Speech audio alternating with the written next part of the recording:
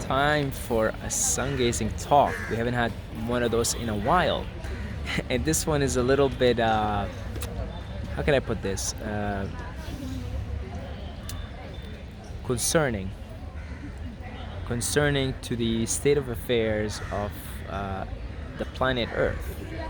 And I don't mean it as any fear mongering or any paranoia, because you guys know very well, if you've been keeping up with the videos, that there is an ascension happening, and that all the old ways of doing things are now being replaced by more viable, sustainable solutions that support the vibration of love.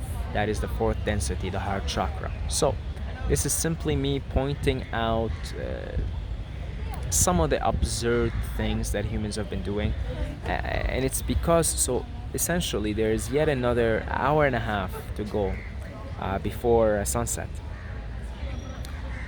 And usually, if the skies are clear, I am not able to look at the sun directly as I am now until about at least, or no more than an hour within sunset. No more than that. Okay, like when I was in Canada, sometimes even an hour within sunset, because the skies are so clear in Canada, even that would be too much. Sometimes I had to wait until 45 minutes before sunset, okay, to be able to look and not have a problem and not blink and just be able to, look at it without being irritated and etc.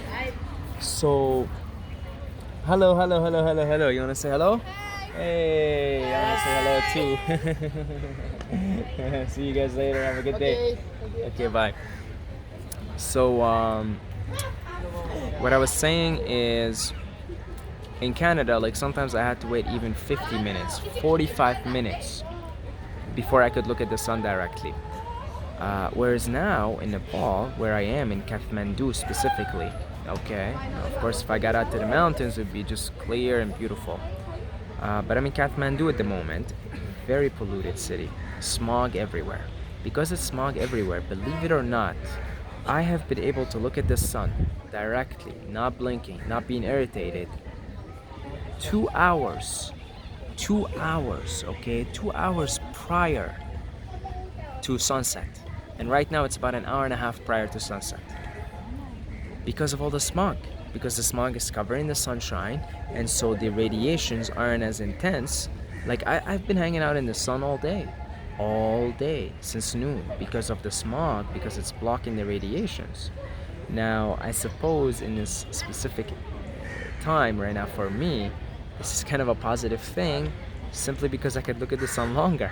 Okay, but that's, when you actually look at the situation, that's pretty tragic, because that is most of the world. Most of the world's cities are filled with smog, filled with dust, filled with pollution. So much so that, again, like, hanging out, for example, in Pai, Thailand, I can't really take the sun more than a couple of hours, because in Pai, it's clear skies, it's a little mountain town, there's no pollution, no cars, nothing like that. Although they burn the crops, but that's not until February or late January. And then Pai is basically, you don't want to be anywhere in northern Thailand for those 3 months. But for the most part, with exception of a few days of burning crops, I lived there for 2 months. I can't hang out in the sun all day, because I feel like it's too strong.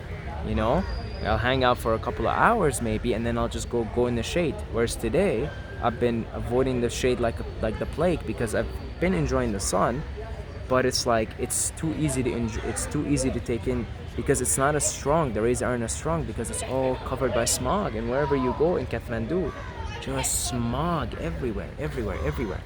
So that's tragic, because that's literally most of the world. If you're living in the United States, like 50% of you guys are, or in the Western Hemisphere, or in Australia, which I include in the Western Hemisphere, because it's the same systems and everything, you never have to deal with that problem. Even in the major cities, maybe in the major cities, maybe, but nowhere near to the extent here. Nowhere near, not to the point where it's like all smoggy and So much so that you're taking in the mid-noon sun as if it's nothing, and you're looking at the sun gazing 2 hours prior to sunset. I mean, that's I couldn't do that in Pi. 2 hours prior. It isn't because I'm getting more accustomed. It's because of the smog. Because just a few days ago when I was in Pi, again I had to stick to that within an hour of sunset. I had to stick to that because the skies are clear. It's clear, it's good, but take it in. Most humans live in major cities. Most of the world now is urbanized, and all the people in the rural areas are moving to the urban cities. So this is most of the world. Everybody in China practically wears masks. Everybody here wears masks. 80% of the locals here, they wear masks. And that's most of the world. Most of the world, most of human beings, most of the 7 billion people live in areas where they do not even have access to the most basic nutrient, oxygen, in its purest form. They don't even have access to that. And they're breathing in all kinds of toxins. That's tragic. That's tragic. Why is that tragic? What makes it even more tragic is the fact that Tesla and many people before him have already figured out free energy. And in fact, you don't have to go that far. We already have the solutions, solar panels. We already have that solutions in place, wind. Hydro-powered cars powered by water. I watched a video the other day. Some man in the 40s figured it out, and they suppressed them. Okay? That's what's tragic, is that these solutions are here. It isn't that they aren't here. It isn't that, we think there is better. It's like they're already here. But because they're not economically feasible, then they're not being implemented as quickly. All that being said, the good news is we are moving to a world where sustainable energy is being used.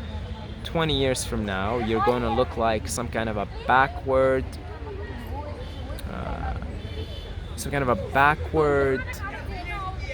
whatever. I'm not finding the word for it. But you're going to look so primitive 20 years from now if you are living in, say, Canada or the United States or Australia or Europe, and you're still driving a fossil fuel powered car. The government will probably tax you up your ass, which is a great thing. It's a great thing. Right now, these countries in the east and stuff, they got time to catch up, but they will catch up. Make no mistake about it, they will catch up, because most of this pollution actually is in the eastern side of the world, as you will see for yourself when you move. And most of the waste produced in the world is in the eastern part, actually, not the western part, believe it or not. China produces the number one plastic pollution, and probably the number one. If you go look up top cities in the world in pollution. It's ridiculous. Most of them are in China, which has the biggest population in the world, and then so most of them are in China and India, which constitute 35%, 40% of the world's population. Right? It's really ridiculous.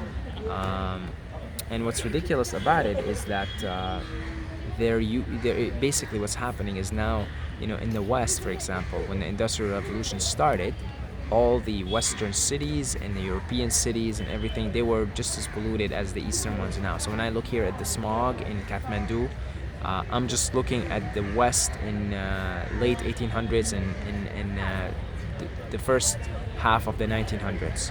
And then they came up with better ways to,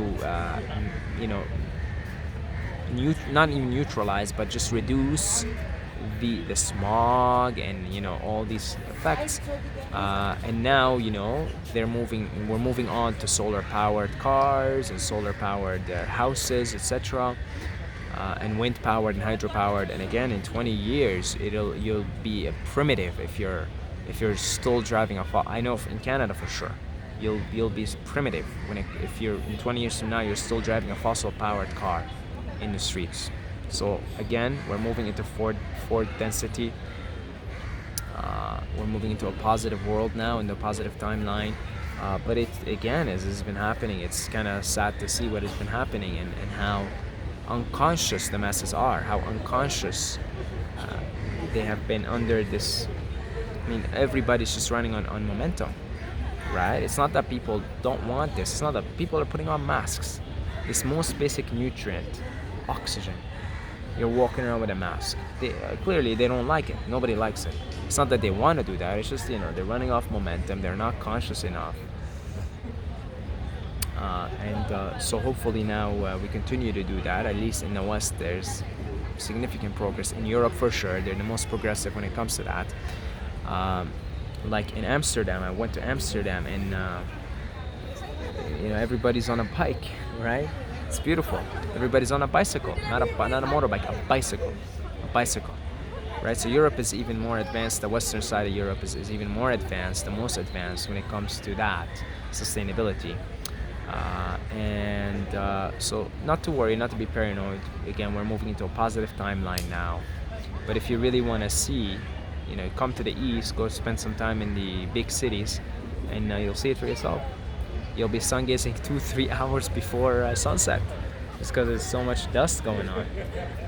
But I'll enjoy it in the meantime. I've been looking at the sun for a while, so it looks like the longest sun gazing session forever for me today. So I'll take the positive out of it, knowing that I am simply observing old paradigms here that are fading away. And certainly in certain parts of the world, they will completely have faded away in just a couple of decades. It may take longer here. It may take somewhere like Kathmandu, Nepal. It may take 4 or 5 decades, but it'll happen. And eventually we'll stop producing cars that are fossil fuel powered. Eventually we'll stop that. But in the meantime, you make what you can out of it. And yeah, that's about it. I'm going to continue looking at the sun now for another hour. So again, I'll make the most of it. And that's about it. Thank you to all the Patreons for your consistent, continuous support. I really appreciate that. And we're getting more and more Patreons too. So thank you guys so much. I appreciate it. If you want to join in, just a couple of dollars a month is like if that's all you want to pitch in, that's the minimum, and it's a reasonable minimum. If you feel the urge, you appreciate the work enough, put in a couple of bucks a month, I'd really appreciate it.